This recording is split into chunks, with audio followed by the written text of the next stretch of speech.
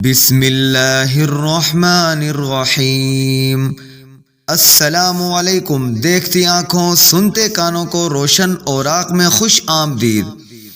روشن اوراق کے ناظرین اور سامعین، کیا آپ جانتے ہیں کہ حضرت ابراہیم علیہ السلام جو مبعوث ہوئے بنی اسرائیل کے اندر، اس کے اندر جو نمرود کا دارالسلطنت تھا، شہر بابل کے جو لوگ تھے وہ جادو طلسم کے اندر اتنے طاق تھے کہ اس کو دیکھ کر عقل انسان کی دنگ رہ جاتی تھی۔ انہوں نے وہ جو سحر کا علم اور طریقہ تھا وہ ہاروت اور ماروت جو دو فرشتے تھے ان سے سیکھا تھا۔ ان کے 6 طلسم ایسے تھے جو کائنات کے اندر اس سے پہلے کوئی نہ کر سکا، نہ اس کے بعد نہ کسی نے کیے تھے۔ وہ جاننے کے لیے ویڈیو کے اینڈ تک جڑے رہیے گا۔ تاریخ کی معتبر کتابوں میں لکھا ہے انہوں نے ایک تانبے کی ایسی بدخ بنا رکھی تھی جو شہر میں کسی دشمن یا جاسوس کے داخل ہونے پر ایک مخصوص آواز نکالنے لگ جاتی تھی، جس کی وجہ سے وہ شخص پکڑا جاتا تھا۔ دوسرا طلسم ان کا یہ تھا کہ انہوں نے ایک ایسا نقارہ بنایا تھا جس پر چوٹ مارنے سے گم شدہ اشیاء پتہ ملتا تھا، اور اس میں سے ایک ایسی آواز نکلتی تھی جو یہ اطلاع دیتی تھی کہ تمہاری چیز فلاں جگہ ہے۔ اس طرح وہ چیز ان کو مل جاتی تھی۔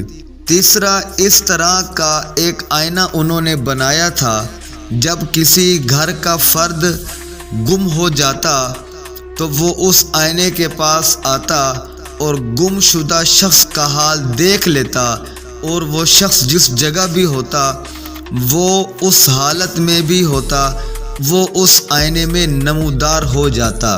چوتھا طلسم ان کا یہ تھا کہ انہوں نے ایک ایسا حوض بنایا تھا کہ اس کے اندر سال میں ایک دفعہ مخصوص دن کو تمام شہر بابل کے امراء اور معززین اس کے کنارے پر جمع ہوتے اور جشن مناتے، اور ساتھ اپنی اپنی پسند کا مشروب لاتے جس کو وہ اس حوض میں ڈال دیتے۔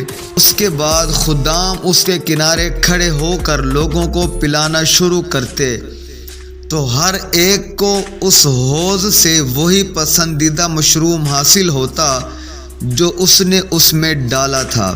پانچواں طلسم ان کا یہ تھا کہ انہوں نے ایک ایسا تالاب بنایا تھا جس کے ذریعے لوگوں کے تنازعات، جھگڑے ختم ہو جاتے تھے۔ جب کبھی 2 آدمیوں میں کوئی جھگڑا ہوتا تو دونوں اس تالاب کے کنارے آتے، پھر اس تالاب کے اندر اتر جاتے۔ جو شخص حق پر ہوتا تو تالاب کا پانی اس کی ناف سے نیچے رہتا، اور جو ظالم ہوتا، جو ناحق ہوتا، تو وہ تالاب کے اندر ڈوب جاتا۔ اگر فریق مخالف کو تسلیم اور اپنے جھوٹے دعوے سے دستبردار ہو جاتا تو ڈوبنے سے بچ جاتا تھا۔ اسی طرح چھٹا طلسم ان کا یہ تھا کہ نمرود کے محل میں ایک وسیع میدان تھا جس میں ایک درخت تھا جس کے سائے میں درباری لوگ بیٹھتے تھے۔ لوگوں کی تعداد جس قدر بڑھتی جاتی تھی اسی قدر اس کا سایہ بھی بڑھتا جاتا تھا، یہاں تک کہ تعداد 1,00,000 افراد تک پہنچ جاتی، مگر اس عدد سے یعنی 1,00,000 آدمی سے جیسے بھی ایک آدمی زیادہ ہوتا تو اس کا سایہ سب پر سے ختم ہو جاتا۔ روشن اوراق کے ناظرین اور سامعین، یہ تھے شہر بابل یعنی نمرود کا دارالسلطنت، جو تاریخ میں پہلے کسی نے بھی نہ ایجاد کیے تھے نہ اس کے بعد کبھی ایجاد ہوئے۔ روشن اوراق کے ناظرین اور سامعین، اس طرح کی مستند اور اسلامک ویڈیوز دیکھنے اور سننے کے لیے چینل کو لائک کیجیے، شیئر کیجیے اور سبسکرائب کیجیے۔